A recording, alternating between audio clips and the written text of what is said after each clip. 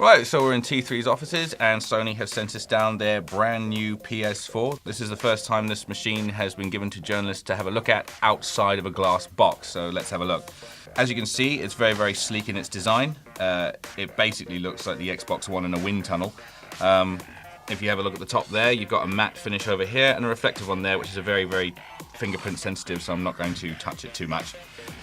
At the back, you've got several ports. You've got your HDMI, you've got your optical port, you've got your LAN connector, you've got your AUX port, and you've obviously got a port for the power cable to go in. You've also got a huge series of vents back here, so this probably keeps the machine quite cool. At the front, you've got your USB ports, which are for the recharging of the controller, and your slot for your PS4 games. The controller itself is actually rather different to its predecessor if we put them both together like that.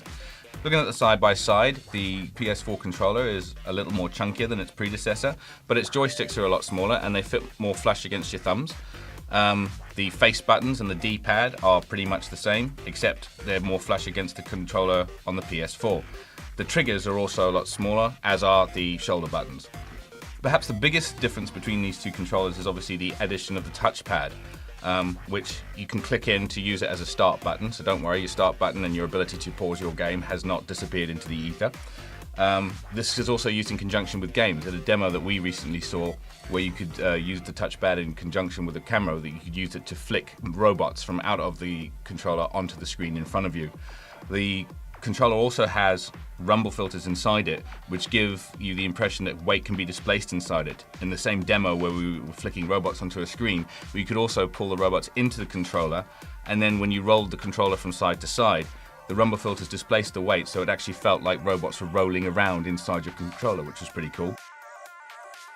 You got your PS button, which is where you would expect it to be, but you also have a speaker just above that.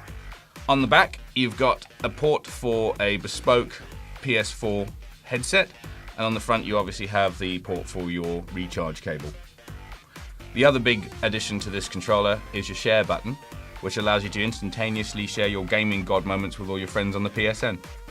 Okay, looking at the PS4 next to the PS3, it's interesting to see that the PS4 is actually smaller than its predecessor, and this is a PS3 Slim, by the way. This isn't the big chunky beast that went on sale all those years ago. If I hold the PS4 over the PS3, you can actually see that the PS3 sticks out on either side of the PS4. A lot of people like to store their PS3 on its side, like so. I'm not sure I would actually try that with the PS4. I mean, we have been sent a stand for it, so apparently you can stand it on its side. But the stand itself, as you can see, doesn't really increase the PS4's base very much. So I don't know about you, I'd probably store this as is underneath my television set.